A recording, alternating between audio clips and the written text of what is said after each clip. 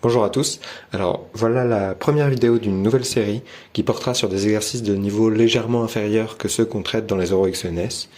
Alors la série est de niveau, je dirais, première année du supérieur, voire éventuellement bon niveau de terminale. Bon, on verra comment ça évoluera avec le temps.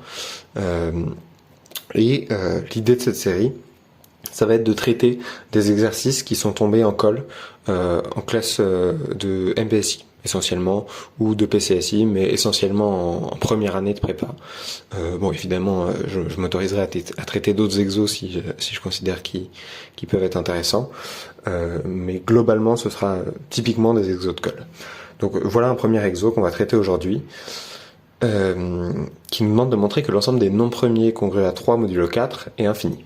Bon, alors, a priori, on ne sait pas trop comment aborder ce truc-là, donc le plus simple, ça peut être d'essayer d'en trouver des nombres premiers congrès à 3 modulo 4. Donc, évidemment, je rappelle la définition, hein. On dit que P est congrès à 3 modulo 4 si P-3 est divisible par 4. Ok.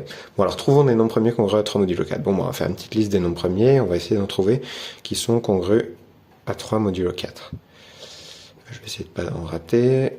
13, ensuite ça va jusqu'à 17, 19, 23, 24, 25, 26, 27, 28, 29, 31, etc. Bon alors, est-ce que dans le tas, il y en a qui sont bien congrès à 3 modulo 4? Bon, 2, certainement pas.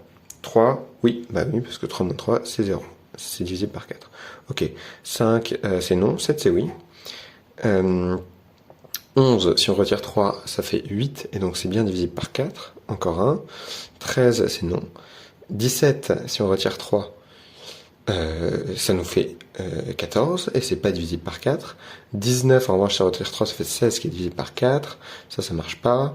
Ça, si on retire... Non, ça marche pas. En revanche, celui-là, ça va marcher. Donc au final, manifestement, il y en a. Ok, on en trouve des nombres premiers congrès à 3 modulo 4. Et en fait, si on regarde bien, les autres, ils vont être congrès à 1 modulo 4.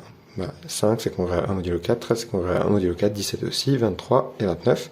Et il reste que le 2, qui est tout seul dans sa classe de congruence modulo 4, puisqu'il est divisible par 2. Donc congrès à 2 modulo 4. Ok, donc manifestement il y en a. Et en fait on remarque que si je prends un nombre premier, P strictement supérieur à 2, P il est congrès à 0, 1, 2 ou 3 mod 4. Mais il peut pas être divisible par 4, sinon il serait pas premier, donc 0 c'est exclu. Et pareil, il peut pas être divisible par 2, parce que sinon il serait pas premier, donc ça c'est exclu. Donc en fait, les seuls possibles, c'est ces deux-là. Ok, nous on veut montrer qu'il y en a une infinité où c'est congrès à 3 modulo 4 et pas à 1. Bon, alors, si on se rappelle un petit peu de notre cours sur les nombres premiers, on a vu qu'il y avait une infinité de nombres premiers. Bon alors, rappelons-nous rapidement de la preuve. C'est une preuve par l'absurde. Donc, on va montrer d'abord, plus simple, hein, que l'ensemble des nombres premiers, qu'on va appeler P double barre comme ça, est infini. Ok, donc par l'absurde.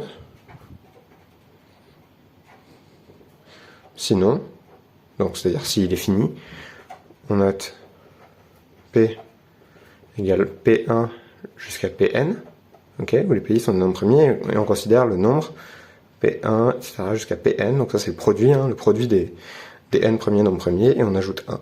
Ok, bon, par le théorème fondamental de l'arithmétique, on a P premier qui divise n. Ok, mais comme P est premier, on a P qui appartient à grand P, et donc en particulier, P divise le produit P1, Pn. Okay, parce que P, il est parmi ces nombres-là, il est parmi les pays, puisqu'il est dans P. Ok, mais donc du coup, il divise n, et il divise le produit des pays. Bon, il divise la différence, P divise 1, et ça c'est absurde. Car P est strictement plus grand que 1. Voilà, donc ça montre que l'ensemble des nombres premiers P est infini. Ok, bon alors, essayons d'adapter un petit peu cette preuve, pour montrer que l'ensemble des nombres premiers congrès à 3 modulo 4 est infini. Donc on va noter P indice 3, c'est l'ensemble des nombres premiers congrès à 3 mod 4. Donc pareil, on suppose P3 fini par l'absurde, hein. Et on note ces éléments P1, etc. jusqu'à Pn. Ok, bon bah on peut essayer de faire exactement la même chose. On va noter n égale le produit des pays. Et bon bah à nouveau on a un premier P qui divise n. Ok. Mais donc là maintenant pour conclure, on aimerait bien montrer que P est dans P3. Ça, ce serait pas mal, puisque ça nous permettrait donc à nouveau d'avoir que P divise le produit des pays, et donc il divise 1, et donc obtenir une contradiction. Mais en fait, c'est pas gagné du tout qu'il soit dans P3, parce que pour qu'il soit dans P3, il faudrait que P soit congru à 3 modulo 4. Mais ça, a priori, il n'y a pas de raison que ce soit vrai. Donc on va pas s'en sortir en fait. Si on réfléchit un petit peu, on constate que si jamais on a n congru à 3 modulo 4, alors il a forcément un facteur premier congru à 3 modulo 4.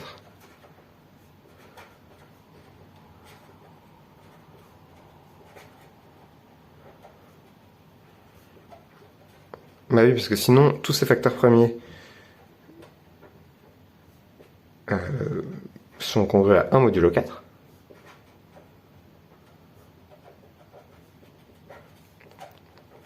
Pourquoi? Parce qu'on a vu que les seules congruences possibles, c'était 2, 1 et 3, mais 2 est exclu puisque n n'est pas divisible par 2, parce qu'il est congru à 3 modulo 4. Et donc, on a n égale P1, etc. jusqu'à... Voilà, c'est pas les mêmes P, donc on va dire Q1, etc. jusqu'à QK. Et ben ça, c'est congru à 1 fois 1 égale 1 modulo 4. Parce que chacun des QI est congru à 1 modulo 4, donc leur produit va être congru à 1 modulo 4, et ça, c'est exclu. Puisqu'on a supposé n congru à 3 modulo 4. Donc on voit que si jamais on a n congru à 3 modulo 4, on va pouvoir prendre un facteur premier de n qui est congru à 3 modulo 4 et donc appliquer le même raisonnement qu'avant. Donc en fait on aimerait bien forcer le passage pour que n soit bien congru à 3 modulo 4. Bon bah on peut faire ça, et on va plutôt poser n égale 3 fois p1, etc. jusqu'à pn, et on retire 1. Ok. Pardon, ici on va mettre, excusez-moi, un 4. Ok. Bon, bah ça, c'est clairement congru à 3 modulo 4. Enfin, c'est congru à moins 1 modulo 4, et moins 1, c'est congru à 3 modulo 4. Enfin, c'est pas difficile à vérifier. Ok. Donc là, notre raisonnement ici, il nous permet de dire que n a un facteur premier congru à 3 modulo 4.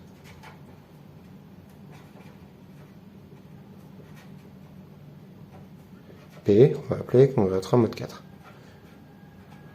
Donc je rappelle l'argument.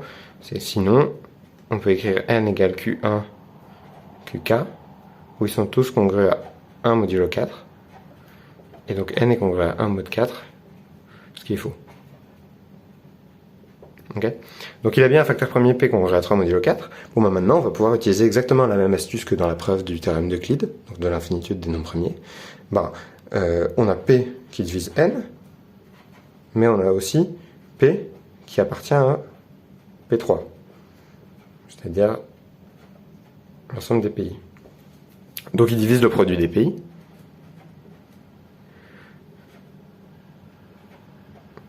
Donc il divise 4 fois le produit des pays. Et ça, c'est juste n plus 1. Ok. Donc on a que P divise n et P divise n plus 1. Donc en faisant la différence, on a que P divise 1. Et ça, c'est absurde.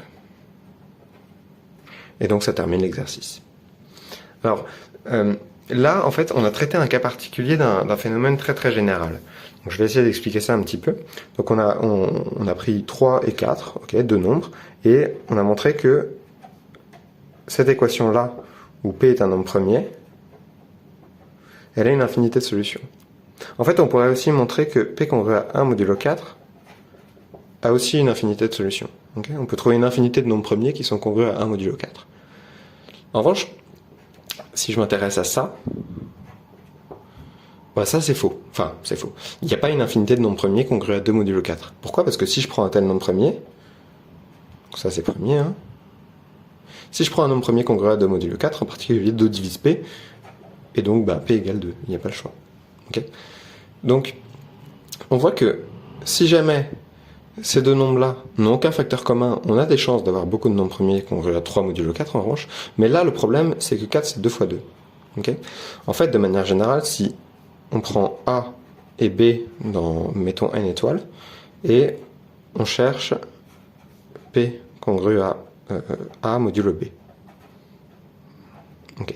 Bon alors, si jamais on a un facteur premier Q qui divise A et B, bah alors cette équation-là, elle implique en particulier que Q divise P. Et donc P égale Q, puisque Q est premier. Ah pardon, parce que P est premier.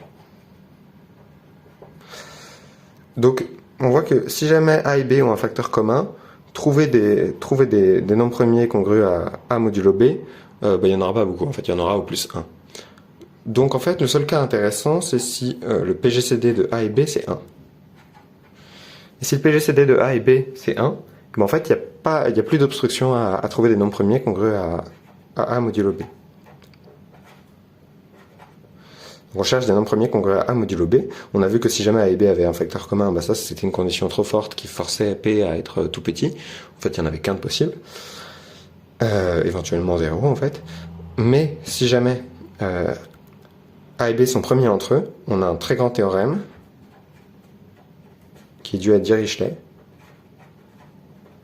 qui est un théorème vraiment difficile, hein, qui fait appel notamment à de l'analyse complexe. Donc, un théorème très compliqué qui dit que il existe